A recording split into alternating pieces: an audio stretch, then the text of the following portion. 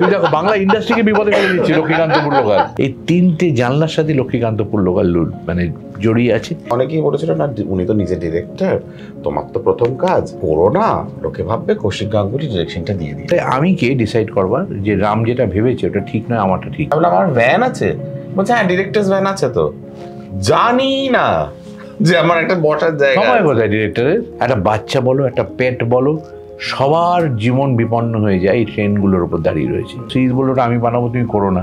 আচ্ছা, তুই তো বানাবি নটি বিনোদিনী।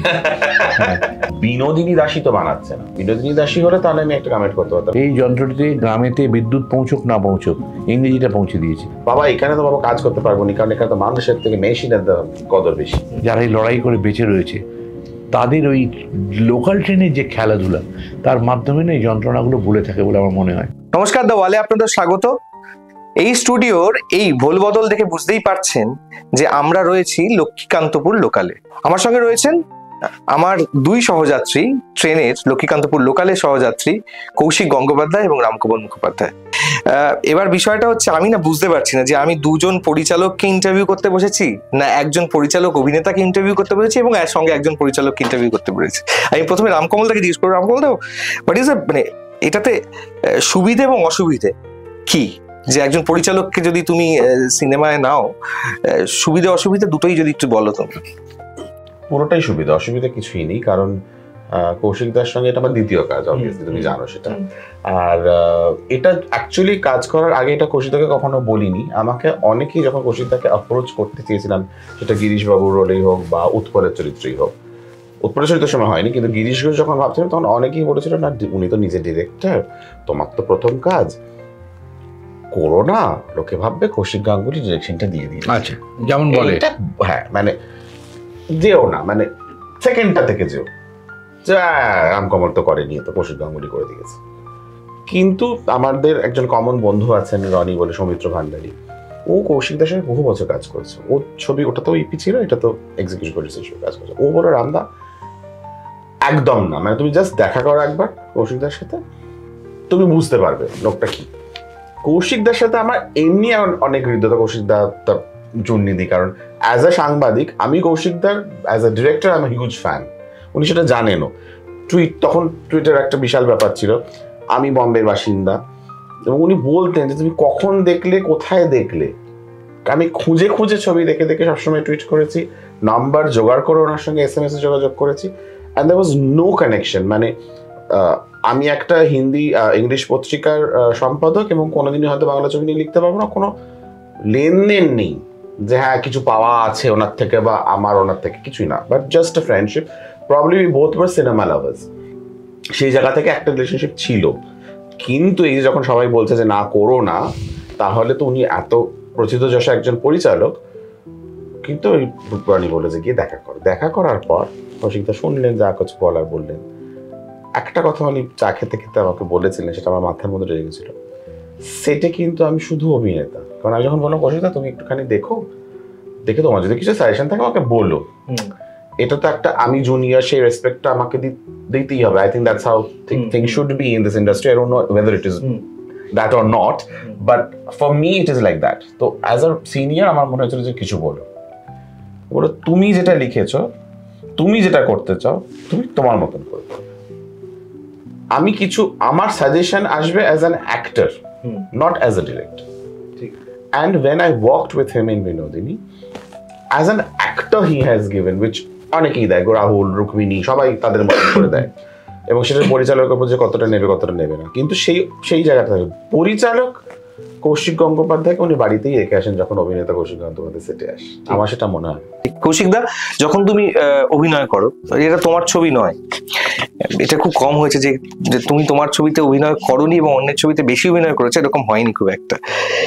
কিন্তু এটা একটু কাজ করে যে আমি যদি, ও যদি এইভাবে বলতো, ও যদি এইভাবে ওই দিক থেকে না ঢুকে এই দিক থেকে ঢুকতো, বা এরকম কিছু কাজ করে না কখনো? না, এই কারণে হয় না। আমি কখনো মনে করি না যে আমার ভাবনাটাই ঠিক। আমার সব ভাবনা যদি ঠিক হতো, আমার প্রত্যেক কটা ছবি হিট হতো। সে তো হয়নি। আমি বহুবার হয়েছে আমার ছবি চলেনি, এবং সেই ছবিগুলো আমার বিচারে ঠিক ছিল কিন্তু ভুল হয়েছে, দর্শকের পছন্দ হয়নি। তাহলে আমি কে ডিসাইড করবার যে রাম যেটা ভেবেছে ওটা ঠিক নয় আমারটা ঠিক? আমি বিভ্রান্ত করবো কেন একটা মাথাকে? এক একটা মাথা এক এক রকমভাবে দেখে। একই সাবজেক্ট দিয়ে পাঁচটা বাচ্চাকে ছবি আঁকতে বসলে 5টা আলাদা ছবি হয়। প্রত্যেকটা ছবি ভালো হোক মন্দ হোক তার নিজস্ব ব্যক্তিগত একটা মর্যাদা আছে, সে তার মতো করে করেছে। রাম ছবিটা রামের মতো করেছে, ও কারো কাছ থেকে কিন্তু কোনো সাজেশন এমনি জোর করে চায় না, ও নিজে একটা ভাবনা আসে। ও যখন শর্টটা ডিওপিকে এক্সপ্লেন করছে, যে কোনো অভিনেতা সে পরিচালক হোক বা না হোক সে বুঝতে পারবে ও একটা জিনিস ভেবে এসেছে এবং সেটা নিয়ে খুব পরিষ্কার। আমরা কোনটুকু করতে পারি যে একজন অ্যাক্টর এই জিনিসটা করতে গেলে সে একটা কিছু করতে চাইছে যেটা ও বলেনি, সেটা একটা অ্যাক্টরের কন্ট্রিবিউশন, সেটা কোনো ডিরেক্টরের তার মধ্যে কোনো ইনভলভমেন্ট নেই। এখন তুমি যদি বলো তোমার মাথায় কি ঘুরছে যেখানে একটা ট্রলি হলে ভালো হতো, আমি একদম ভাবি না। এটা একটা খুব কঠিন এবং এটা একটা অন্য অধ্যাবসায়। আমি বলবো যে আমি ওটার মধ্যে ঢুকবোই না। অ্যাক্টরও কিন্তু চায় ট্রলি, মানে আমি যখন একটা কথা বলছি একটু কাছে আসুক আমার, মানে আমি একটু জমি একটা সূক্ষ্ম কিছু করি, সেটা অ্যাক্টর বলতে পারে যে একটু ক্লোজে আসা যায়, আমি এই জিনিসটা করছি। কি জিনিসটা করছি সেটা ডিরেক্টরকে দেখি লোভ দেখাতে হবে। ডিরেক্টর যদি দেখে না এটা ভালো তো এটা, তখন সে একটা ব্যবস্থা করলো, সেটা নিজের অভিনেতা নিজেরটা নিজে আদায় করে নিচ্ছে। নইলে অভিনেতা হিসেবে যে সেটা এত আনন্দের একটা মুহূর্ত, বিশেষ করে যারা পরিচালক, মাথায় রাখতে হবে শুভঙ্কর, একটা পরিচালক ও যখন ছবি করছে তার শিফট, তার হিসেব, কজনের পার ডে, কার কী খাওয়া দাওয়া হলো, বৃষ্টিতে শুটিং আটকে আছে 4 ঘন্টা ধরে, একজন অভিনেত্রী সে দুপুরবেলা আসছি বলে বেরিয়েছে, এলো সন্ধেবেলা, কোনো একটা বিপদে পড়ে আটকে গেছে, এই সমস্ত কিছু সে নেগোশিয়েট করতে করতে সে হাসি মুখে থাকে, কিন্তু ওকে দেখে বুঝতে পারবে না যে আয়লা চলছে বাইরে কোনো কারণে, হ্যাঁ, এবং ও খুব ঠান্ডা মাথায় বসে থাকে চুপচাপ, এবং ওর সেটা আভিজাত্য, আমি বলবো এইটা হচ্ছে that is the correct word. ওর সেই আভিজাত্যটা আছে, হাউ হাউ না করে পরিষ্কার বসে ঠিক হয়ে যাবে, বসে হয়ে যাবে, ঠিক আছে, এর বাইরে কোনো কথা বলে না। ওয়্যারএজ একজন অ্যাক্টর সে কিন্তু বসে ভাবছে আজকের দিনটা তাহলে কমপ্লিট হবে না, তাহলে একটা দিন লাগবে, একটা দিন মানে একটা পার ডে হয়ে গেল, হ্যাঁ, বা সেটা যদি নাও হয়, সে ভাবছে ঠিক আছে আজকের জন্য কালকে হবে। তার মাথায় কিন্তু ওই পুরো চাপটা নেই, অধিকাংশ অভিনেতারা থাকে না। কিন্তু আমার মতো যারা পরিচালনা করে এবং এই গ্রাইন্ডের মধ্যে দিয়ে সারা বছর সারা জীবন যাচ্ছে, সে যখন অভিনেতা হয়ে ছুটিটা পায়, ওই লাক্সারিটা পায় যে আপনি একটু ভ্যানে গিয়ে বসুন, এটা আমাকে কেউ ডিরেক্টরকে বলছে, ভাবা যায় না, আমাকে বলছে তো সবাই আপনি একটু ভ্যানে বসুন দাদা, আর কিন্তু ঘন্টা 1.5 লাগবে এটা রেডি হতে। আমি আচ্ছা ঠিক আছে, এবারে আমি লিখলাম বা বসলাম, বন্ধু বান্ধবদের সাথে হিজিবিজি গল্প করলাম, এইসব করলাম। এটা মজার কথা একটু তোমার শরীর কাট করছি, মানে আমি না জানো বিনোদিনীর সময় পরে মানে শুটিং শেষ হয়ে যাচ্ছে, এখন ঝড়টা উঠলো লাস্ট দিন ওই ময়দানে যেটা করেছিলাম চা খাওয়ার, কুমার বাহাদুরের আকাশটা কালো হয়ে গেল, কালো বৈশাখে একটা হঠাৎ, সেই দিন আমাকে লালুদা বলছে তোমার ভ্যান আছে, তুমি ভ্যানে গিয়ে বসো, last day of the shoot. আমি বললাম আমার ভ্যান আছে? বলছে হ্যাঁ ডিরেক্টরস ভ্যান আছে। তো জানি না যে আমার একটা বসার জায়গা সময় কোথায় ডিরেক্টরের মেকআপ ভ্যানটা হচ্ছে তার ওয়াশরুম, মানে মাঠে ঘাটে শুটিং হয় তো কোথাও একটা ঠিকঠাক জায়গায় যেতে হবে তো, হ্যাঁ, সেইটার জন্য ওটা লাগে, আর কোনো কারণ নেই। কিন্তু ডিরেক্টররা কোনো ব্রেক পায় না, তাদের যৎপরনাস্তি খাটনি, সেটা ছবি শুটিংয়ের 4 মাস আগের থেকে শুরু হয়, ছবি শেষ হওয়ার 6 মাস পর্যন্ত চলতে থাকে। আরেকটা কথা বলি যে এই যে লক্ষ্মীকান্তপুর লোকাল, এটা একটা ট্রেন জার্নিও বটে, কারণ আমরা ট্রেলার অনেকবার দেখলাম ট্রেন জার্নি হচ্ছে। তোমাদের যখন এই ট্রেন জার্নি বা ট্রেন নিয়ে যখন কিছু স্মৃতি মনে পড়ে, তো দুজনে যদি একটু শেয়ার করে, এরকম লোকাল ট্রেন, কৌশিকদার তো রয়েছে, রামকমলদার ক্ষেত্রে তো মুম্বাইয়ের ট্রেন তো শুনেছি যে প্রচন্ড ব্যস্ততম একটা ট্রেন আর কি। মুম্বাইয়ের ট্রেনটা তো মুম্বাই যেমন শরীরের মধ্যে যেমন স্টেমস থাকে, স্টেম ব্লক হয়ে গেলে হার্ট অ্যাটাক হয়ে যাবে। আমি বম্বে ট্রেনটাকে মনে করি যে that's the stem of the city, মানে ট্রেন যদি বন্ধ হয়ে যায় Bombay will collapse, because it is such a huge, কয়েক ঘন্টার মধ্যে কোল্যাপস করে যাবে, একদম ধাপ পড়ে যাবে, মানে।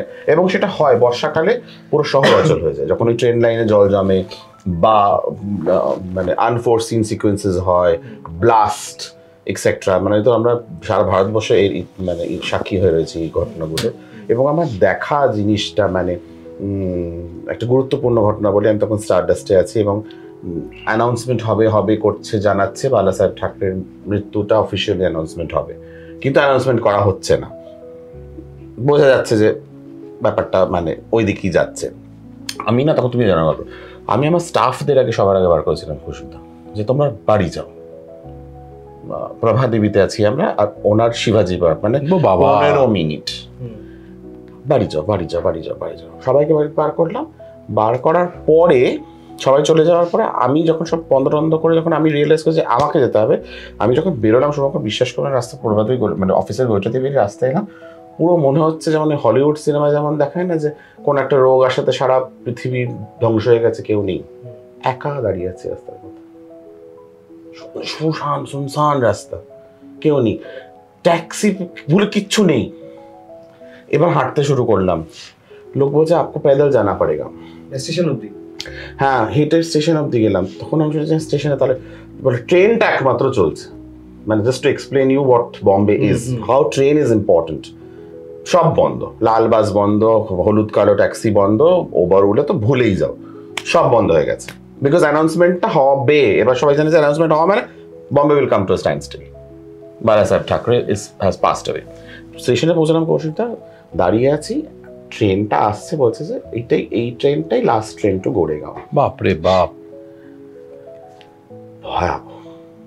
মানে ওই দাঁড়ালাম এবং আমি শুধু ভাবছি যে আমি তো উঠতে পারবো না, তাহলে আমাকে স্টেশনে রাত্রে থাকতে হবে, আমি তাহলে বাড়িতে জানিয়ে দিই কি করবো, এইসব ভেবে যাচ্ছি। আমি দাদা স্টেশনে দাঁড়িয়ে আছি, ভাবার অবকাশ নেই। ট্রেনটা এলো, আমি ট্রেনে উঠে গেছি, তুলে দেবে, হ্যাঁ ঠেলে, এবং আমি মাটিতে আমার পা নেই, দুটো লোক এরকম ভাবে আছে, চিপটে গেছি আমি, আর আমি উঁচু, মানে মাটিতে পা রাখতে পারছি না, আমাকে স্টাক করে রেখেছে এরকম ভাবে। আর যখনই কোনো স্টেশন আছে ধাক্কা দিয়ে দিয়ে লোকজন বেরোচ্ছে, মানে পিল করে লোক বেরোচ্ছে। তো that is one of an experience which is very scary. But এছাড়া ছোটবেলায় আমার মনে হয় যে বাবার সঙ্গে খুব সুন্দর সুন্দর মেমোরিজ আছে, কলকাতায় ট্রেনে চড়ার মেমোরিজ আছে, পুরী দীঘা ইত্যাদি, এগুলো তো বাঙালিদের একটা ভীষণই একটা স্ট্যান্ডার্ড আউটিং। বাট বাবা যেহেতু সরকারি চাকরি করতেন, তো ওই একটা ওই ইয়ারলি একটা হতো, পাওয়া যেত ভ্যাকেশনের জন্য। হ্যাঁ, তখন ওইটাতে করে এসি 2 টায়ারে একটা লাক্সারি, সেটা এসি 2 টায়ারে করে যাবে। বাবা বলতো যে আমরা যাবো প্রতি বছর দুর্গাপুজো, আমরা প্রতি বছর বাইরে যেতাম, মা বাবা দাদা আমি। তো ওটা একটা ভীষণ ভালো একটা এক্সপিরিয়েন্স, ট্রেন জার্নি বলতে যেটা বোঝা যায়। তাছাড়া আমার সাংবাদিকতা যখন শুরু হয়েছিল, যখন ফ্রিল্যান্স করতাম, তখন সংবাদ এখন বলে কেউই জানে, এটা আবার এক্সক্লুসিভ বোধহয় কারোর জন্য, সংবাদ এখন বলে একটা পাক্ষিক পত্রিকা ছিল বারাসাতে, এবং সেটা আমি শিয়ালদা স্টেশন থেকে তুলি, কাগজটাকে তুলে দেখি যেটা একটা খবর কাগজ। আমাকে তো প্রথিতযশা যারা তারা তো লিখতে দেবে না, কারণ আমি ইংলিশ মিডিয়াম থেকে এসেছি, আমাকে রেলেই বলতে আপনি তো ইংলিশ মিডিয়াম, আপনি বাংলা লিখতে পারবেন না, সুযোগই দেয়নি কোনোদিন লেখা। তো আমি ওইটাতে ঋতুপর্ণার বিয়ে, তো ঋতুপর্ণার বিয়ে, ঋতুপর্ণা ছবিতে আছে লক্ষ্মীকান্তপুরে, ঋতুপর্ণার বিয়ে হবে, ঋতুপর্ণার বিয়ের একটা ছবি নিয়ে আমি বাংলায় লিখে খামে পুড়ে ট্রেনে করে শিয়ালদা থেকে বারাসাতে গেছিলাম লেখাটা জমা দিয়ে। এবং লেখাটা ওদের কাছে একটা বিশাল এক্সক্লুসিভ, ঋতুপর্ণা সেনগুপ্ত তো বিশাল স্টার তখন, শ্বশুর বাড়ি জিন্দাবাদ ফাদ করে সেই লেখাটা বেরোলো এবং আমি 150 টাকা পেলাম। ট্রেন জার্নির তো ওই যে ট্রেনগুলো বললো, আর যে ট্রেনটা ওর ছবির অংশ বা আমাদের ছবির অংশ, সেটা হচ্ছে লক্ষ্মীকান্তপুর লোকাল। ও একটা এমন ফ্যাসিনেটিং জিনিস ভেবেছে, এমন বলবো না যে আমরা এরকম জিনিস কখনো আমরা ভাবি না, মাথায় আসে না, কারণ কলকাতাটা জেগে ওঠে সকালবেলা এই ট্রেনগুলোর থেকে। এই ট্রেনগুলো আটকালে কি হয় আমাদের পরিবার জানে, সব পরিবার জানে যে কি হয়। দাদা ট্রেন আসলে লাইন সারা বাড়ি সর্বনাশ হয়ে যায়, সেটা একটা বাড়ির সমস্ত ওভারঅল লজিস্টিক বলো, একটা বাচ্চা বলো, একটা পেট বলো, সবার জীবন বিপন্ন হয়ে যায় এই ট্রেনগুলোর উপর দাঁড়িয়ে রয়েছে। অপরিসীম গুরুত্ব।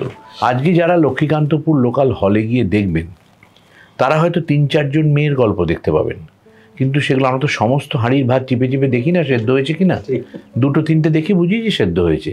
এই 3টে জীবনকে দেখলে বোঝা যাবে আমাদের এই শহর কলকাতা বা আশপাশের জায়গা কিভাবে দাঁড়িয়ে রয়েছে কাদের উপরে, কত গল্প, কত যন্ত্রণা নিয়ে এই ট্রেনগুলো যে আসছে। আমি লোকাল ট্রেনে শ্যুট করার অভিজ্ঞতা খুব ভালো মতো হয়েছিল ছোটদের ছবির সময়। হ্যাঁ, ওই ছবিটাতে খুব এক্সটেন্সিভ শুটিং হয়েছিল, মানে পুরো ডাব্বা নিয়ে শুটিং করা হয়েছিল, লোকজন সব নিয়ে। সেটা একটা অনবদ্য অভিজ্ঞতা, অন্য জগৎ একটা। মানুষ ওইভাবেই বাঁচে। সেখানকার আমলকি বলো বা সেখানকার সে নেল ক্লিপারও বিক্রি হচ্ছে, টিপও বিক্রি হচ্ছে, পাঁপড়ও বিক্রি হচ্ছে, এবং তার একটা নিজস্ব গল্প আছে, নিজস্ব সাহিত্য আছে। একজন মহিলা তার কাঁধে একটা স্পিকার ঝুলিয়ে মাইকে গান গাইতে গাইতে যাবে হারমোনিয়াম বাজিয়ে, সে নিজের মতো করে নিজের সিস্টেমটাকে সাজিয়ে নিয়েছে। যে মাইকটা কীরকম হবে, কোথায় থাকলে পরে তার গানটা শোনা যাবে, এবং সে দুরন্ত হারমোনিয়াম বাজাচ্ছে, গান গাইছে, করে কিছু পয়সা তাকে লোকে দিল, সে চাইছে না কারো কাছে কে কি টাকা দিল না দিল। 4টে লোক মুখোমুখি বসে হাঁটুতে দড়ি বেঁধেছে, এই হাঁটুতে একটা দড়ি, ওর হাঁটুতে ওর হাঁটুতে, মাঝখানে একটা রুমাল, এই টানে এটা টেবিল হয়ে গেছে। বাপরে। হ্যাঁ, এটা একটু রেগুলার কিন্তু। তো জানলার ধারে 4 জন বসেছে, এই 4টে হাঁটুতে দড়ি বাঁধা, মাঝখানে মোটা কাপড়টা রুমাল, ওটা বানানো, ওটা ওখানে তাস খেলা চলছে। ওয়াও। কারণ ওরা জানে যে আমাকে এখান থেকে 1.5 ঘন্টা লাগবে।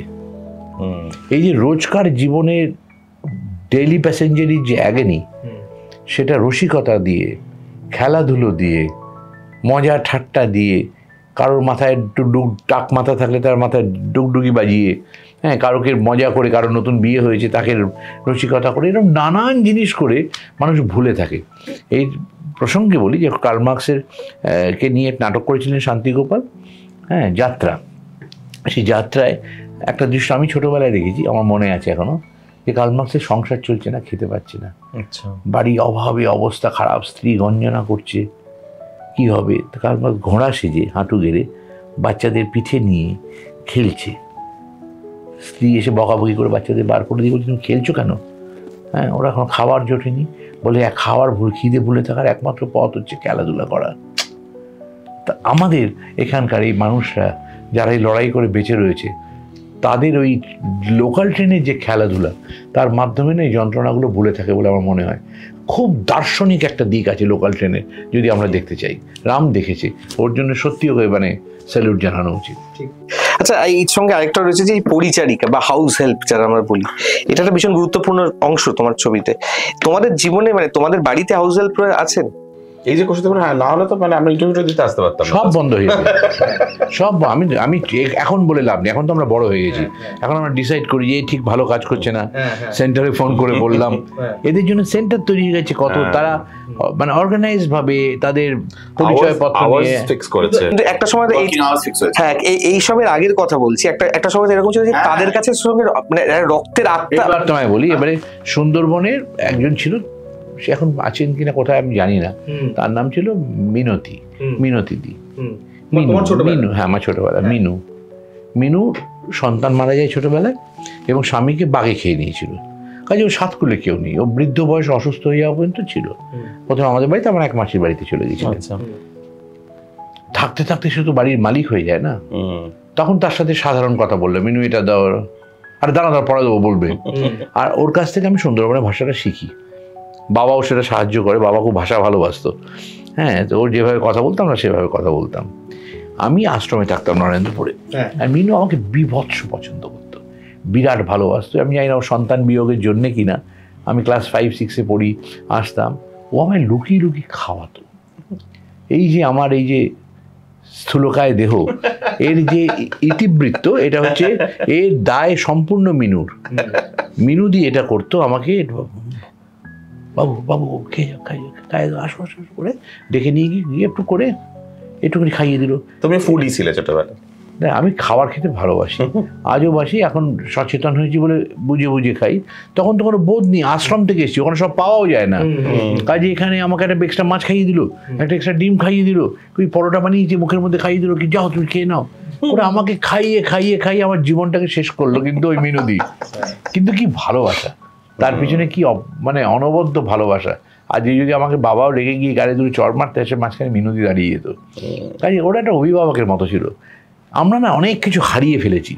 আমরা পরিবারের মধ্যে অভিভাবক খুঁজতে গিয়ে আমাদের পারিপার্শ্বিক যারা হেল্প, তাদের অভিভাবকত্বটা হারিয়ে ফেলেছি। আমরা আজকে একজন কাজের মানুষ, ধরো কেউ এসছেন রামু কাকার মতো কেউ একটা, সে যদি একটা চড় মারে, রামু কাকার চাকরি চলে যাবে। কিন্তু বাচ্চারা যদি কান মুলে দেয়, আমাদের সময় হতো না। আমরা পুজোর রামু কাকাকে প্রণাম করতাম।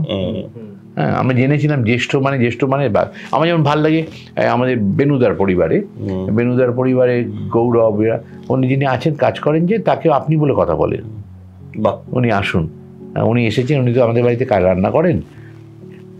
এটা সবাই সব ক্ষেত্রে করে না, কিন্তু ওই বাড়িটা আমরা এই জন্য বললাম, মেনশন করলাম, আলাদা লেগেছে। এরা অভিভাবকের মতো ছিল। পাড়ার দোকানের যারা কাকুরা, তারা গার্জিয়ানের মতো।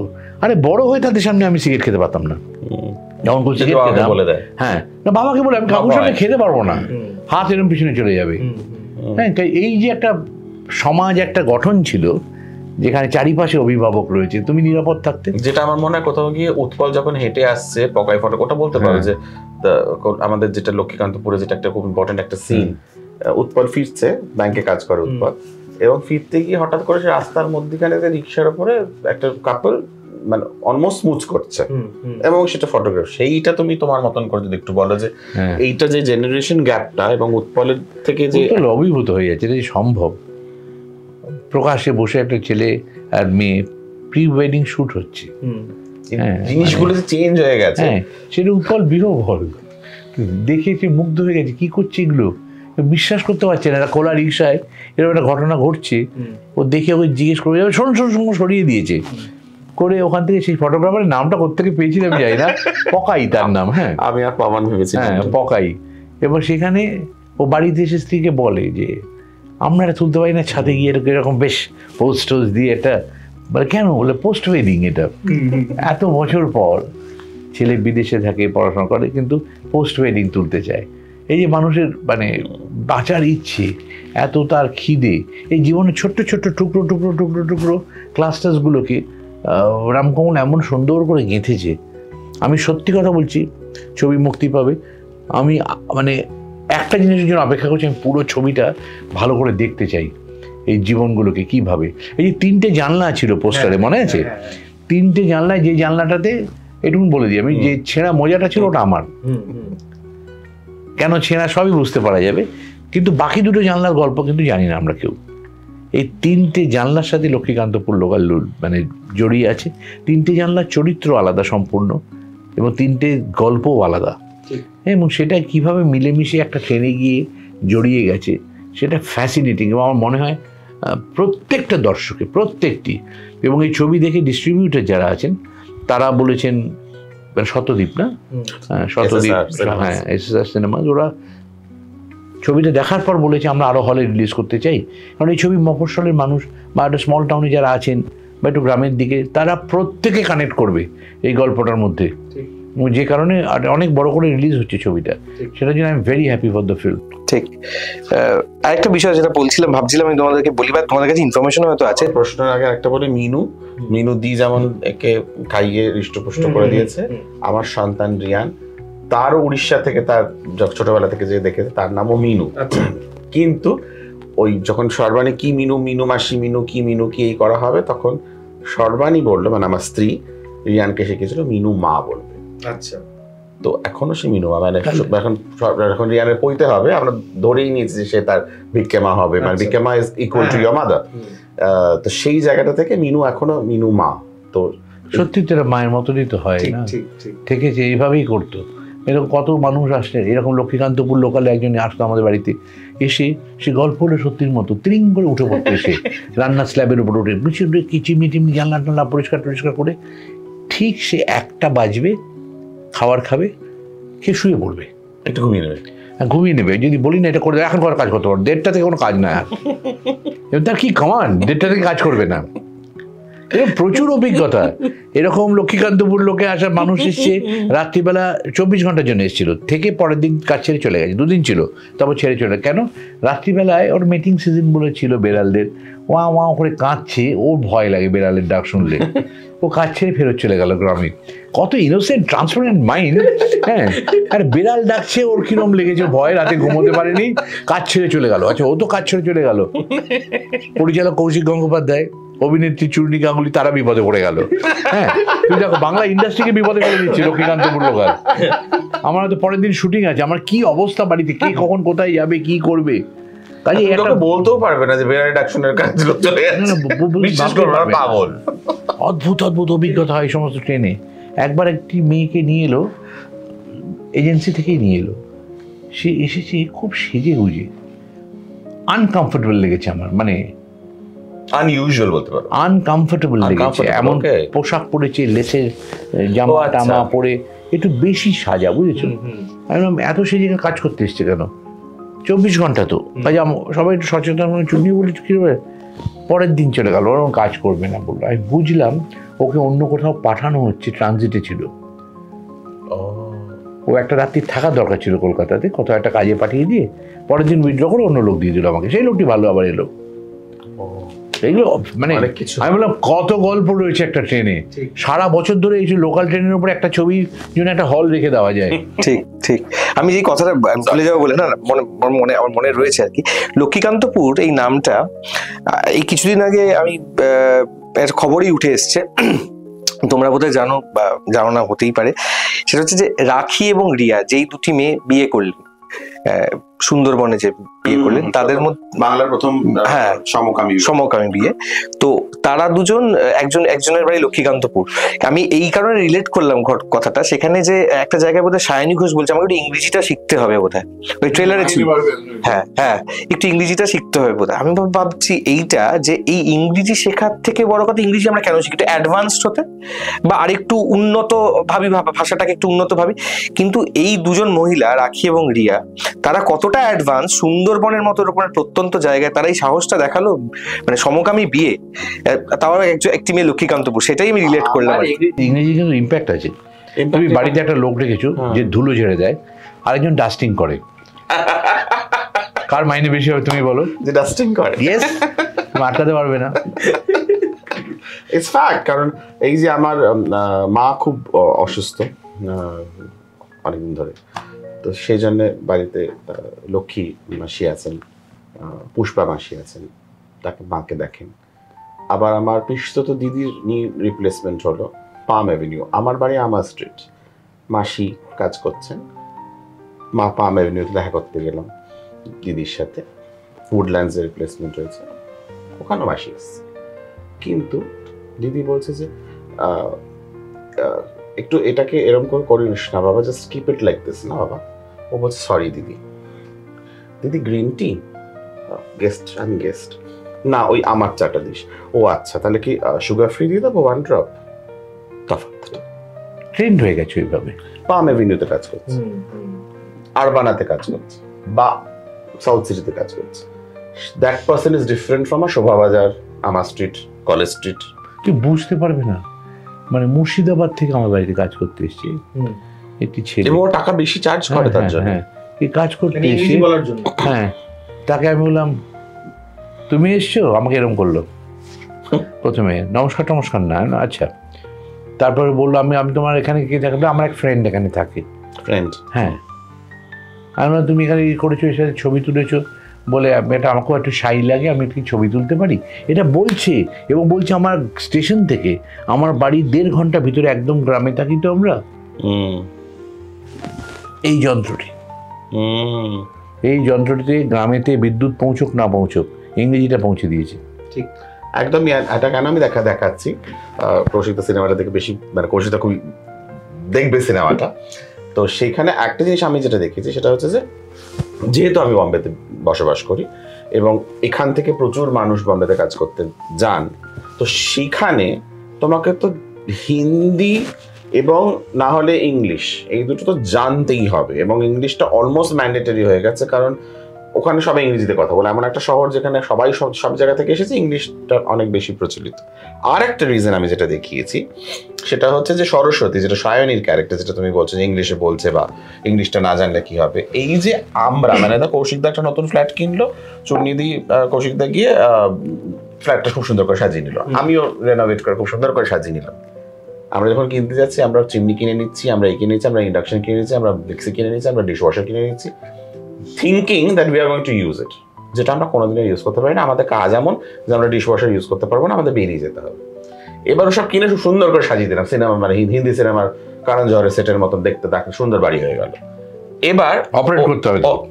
এবার মিনু দিয়ে এসেছে এবং আমার বাড়িতে সরস্বতী কোথাকে শিলনোড়াটা নেই, এটা কিরকম মিক্সি, গ্যাস বটি চাই, ডিশ ওয়াশারে যে ডিশটা দিয়ে ধুয়ে যাবে, তাই জন্য কথাটাও আছে যে বাবা এখানে তো বাবা কাজ করতে পারবো না, কারণ এখানে তো মানুষের থেকে মেশিনের কদর বেশি, বুঝছো? তো তাহলে তাকে আপগ্রেড করতে হবে তো নিজেকে, নাহলে সে কাজ করবে কি করে? সে একটা এরকম টাওয়ারে কি করে কাজ করবে? তাহলে যে একটা 12,000 টাকা চাইছে শোভাবাজারে, এই লোকটাই যখন সাউথ সিটিতে গিয়ে কাজ করবে, সে চাইবে 22,000, 25,000, 30,000 টাকা, ডবল হয়ে গেল। তবে একটু অপ্রাসঙ্গিক কথা, একটা ঘটনা কিন্তু ঘটবেই আজ থেকে 10 বছরের মধ্যে নিশ্চয়ই, সেটা হচ্ছে যে পরিমাণ এক্সপেন্সিভ হয়ে যাচ্ছে এই হেল্প, মানুষ আর টানতে পারবে না। এবং তখন ওই নিজেদের পাশ্চাত্য সভ্যতার মতো সমস্ত, আমি দেখছি আমার বন্ধুরা এসি খারাপ হয়েছে, এসি কিনে এনে নিজে ফিট করছে, বাড়ির কাঠের কাজটা নিজেকেই করতে হয়, সব নিজে নিজে করতে হবে, সেলফ হেল্পে আসতে বাধ্য। ড্রাইভিং এবং হাউস হেল্প এই দুটো আর এক্সিস্ট করবে না। ঠিক। আচ্ছা, আরেকটি ভাবছিলাম, মানে সেটা হচ্ছে যে রামকমল দাকে এই প্রশ্নটা থাকবে যে আমরা মোটামুটি দেখতে পাচ্ছি যে কিছুদিন পরেই ল গৌরাঙ্গ রিলিজ করছে এবং 1 বছরে 2টো বিনোদিনী রিলিজ করছে আর কি, যদি দেখা যায় আর কি। তৈরি হয়েছিল জিজ্ঞেস করবে বলে এটা, সকালে উঠে প্রথম এটা একেবারে শেষের দিকে জিজ্ঞেস করছি। সেটা হচ্ছে যে এই ট্রেলারটা দেখলে ল গৌরাঙ্গরে? হ্যাঁ দেখেছি। কেমন লেগেছে? ভালো লেগেছে। আচ্ছা, কৌশিক দা কেমন, গিরিশ ব্রাত্য বসুকে কেমন লেগেছে? আমাকে আমাকে প্রথম ওই ছবির জন্য গিরিশ করতে বলা হয়েছিল আগে। আচ্ছা। হ্যাঁ, তখন আমি আর করতে পারিনি। এটা তো অনেক বছর ধরে প্ল্যানিং। পরে যখন আমি রামকে হ্যাঁ বললাম, আমাকে শ্রী ফোন করে জিজ্ঞেস করে তুমি ওটা করলে না এটা করলে, আমি তখন হয়নি, এবার হলো, আর কি করা যাবে। কিন্তু আমি জানি না কিভাবে এখানে গিরিশ আসবেন। ব্রাত্য খুব দক্ষ একজন অভিনেতা এবং আমি মনে করি খুব এই সময় খুব ইম্পর্টেন্ট একজন, মানে কি বলবো, বিনোদন জগতের লোক, রাজনীতি বাদ দিয়ে বলছি। ব্রাত্য চিরকাল, মানে ওর যে সমস্ত নাটক লিখেছে বা ওর যে শিক্ষা, যে মেধা, ব্রাত্যর পাণ্ডিত্য, এইগুলো যারা জানেন তারা জানেন। হ্যাঁ, এবং সেটা ঈর্ষার, মানে আমি খুব ঈর্ষা করি তো বটেই। এবং সেখানে ও নিজে ছবি করছে, এত কিছু করবার পর, এটা মন্ত্রিত্ব কম চাপ নয়, তারপরে যে কাজগুলো করে, আমার মনে হয় গিরিশ ঘোষকে অন্যভাবে ইন্টারপ্রেট করবে। ঠিক। শ্রী তো একটু অন্য ধরনের ভাবনা চিন্তা সেরকম। তোমার কেমন লেগেছে? মানে আমি বলছি যে তোমার বিনোদিনীর সঙ্গে এই বিনোদিনী 1 বছরে মানুষ একটু, আমি এইটাই বলতে চাইছি যে বিনোদিনী প্রথমত, মানে এটা সংবাদ মাধ্যমই করেছে জিনিসটা। সৃজিত বিনোদিনী তো বানাচ্ছে না, চৈতন্য বানাচ্ছে। পার্ট আছে ছোট্ট ট্রেলার। হ্যাঁ, মানে সেটা, মানে ট্রেলার আমি খুব একটা বেশি কিছু দেখতে পাইনি বিনোদিনীর, সেটা একটা অন্য টপিক অলটুগেদার। বাট বিনোদিনী দাসী তো বানাচ্ছে না। বিনোদিনী দাসী হলে তাহলে আমি একটা কমেন্ট করতে পারতাম। এটা চৈতন্য মহাপ্রভুর মধ্যে আমার যেটা মনে হচ্ছে যে 3 রকম, মানে একটা রিয়েল চৈতন্য দেখানো হচ্ছে, একজন বলতে পরিচালিকা চৈতন্যের উপর সিনেমা করতে যাচ্ছে, তিনি রিসার্চ করতে যাচ্ছেন, যেটা ঈশা সাহা বোধহয়, এবং গিরিশ ঘোষ লেখা নাটক চৈতন্য লীলা। তো চৈতন্য কবে কবে কোথায় কোথায় বাংলার হিস্টোরিক্যাল ম্যাপে ইম্পর্টেন্ট হয়ে উঠেছিল, সেটা নিয়ে বোধহয় লৌহ গৌরাঙ্গের নাম রে, এটা আমার মনে হয়েছে টিজার দেখে, if I am not mistaken. তো সেই জায়গাটা থেকে Binodini is probably a small part of a large canvas. এটা খুব ইন্টারেস্টিং ফরম্যাট একটা আসলে। এই ফরম্যাটটা ধরো তুমি, আমি কতগুলো ছবি বলি, যদি ধরো রং দে বাসন্তী, যারা অভিনয় করছে তারাই ওই স্বাধীনতার গল্পগুলোর মধ্যে থাকছেন। যেমন ধরো আমি আমার ছবির কথা বলি, আরেকটি প্রেমের গল্প ধরো, খুব সুন্দর। এই ডকুমেন্টেশনটা আজকে মাঝখান থেকে আমরা চপল ভাদুরীর গল্পে চলে যাচ্ছি, সেখান থেকে তার সেকেন্ড লেয়ারে চলে যাচ্ছি, চপল ভাদুরী যে চরিত্রগুলো অভিনয় করছেন সেই চরিত্রগুলোতে। সৃজিতের ছবি ধরো না, যদি জাতিস্বর ধরো, যদি তোমার ছবিতে আরেকটা ইউনিক ছিল, যেটা মানে যিনি তার real life and what ever, উনি নিজে অভিনয় করছেন, হ্যাঁ, সেটাও তো একটা প্লাস। এবং সেটা ওনার প্রেজেন্সে আরেকজন অভিনয় করছেন, ডিরেক্টর, মানে ওই সেই চলে গেল ওই চরিত্রটাতে। এমনকি সৃজিতের ছবি ধরো তুমি, জাতিস্বরে ধরো, জাতিস্বরে যে ফিরে আসা, আরেকবার অন্যভাবে ফিরে আসা তার জীবনে, সেইটা মানে সৃজিতের ক্রাফটের প্রতি আমার অত্যন্ত আস্থা আছে এবং আমি মনে করি ও একটা নতুন কিছু এর মধ্যে নিশ্চয়ই করবে। ঠিক ঠিক। আমরা একেবারে শেষে চলে এসেছি। এক্সপিরিয়েন্স তো, সিনেমার এক্সপিরিয়েন্স, এইটা কি বলবো, সেটা নিশ্চয়ই তোমরা ভীষণভাবে এনজয় করে ছবিটা তৈরি করেছো। যদি বলা হয় যে, যেটা কৌশিক দা তোমার ব্যাপারে একটা জায়গায় শুনলাম সাক্ষাৎকারে বলেছে যে it will be one of your best film. হ্যাঁ, তো কৌশিক দা এটা তো কেন বললে তুমি যে it will be one of his best film? খুব মানে খুব ইনসাইটটা খুব স্ট্রং এই ছবিতে আমার মনে হয়েছে।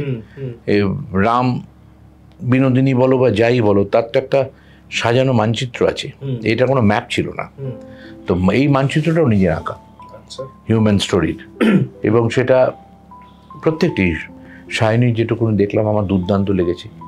চান্দ্রী অসম্ভব দক্ষ অভিনেত্রী, ঋতুপর্ণা খুব ডাইনামিক একজন অ্যাক্ট্রেস, ও যেরকম একটা গ্ল্যামার চরিত্র করতে পারে, আমি ওর সাথে অনেক কাজ করেছি, তো ও নিজে ভেঙে চুরমার করে দিতে পারে একটা চরিত্রের মধ্যে ঢুকে। পাউলি এক নিমেষে গ্রামের মানুষ হয়ে যেতে পারে। এই যে সবাই এতগুলো পাওয়ারফুল অ্যাক্টর অ্যাক্ট্রেস একসাথে জড়ো হয়েছে, এবং সেইখানে ও নিজের মতো করে একটা ড্রয়িং করেছে। সেইটা আমার মনে হয়েছে, আমি যেরকম সিনেমা পছন্দ করি, সেই সিনেমার কাছাকাছি এই সিনেমা, বা সেই সিনেমার জাতের বা সেই সিনেমার মতন, যে জন্য আমাকে বেশি স্পর্শ করেছে।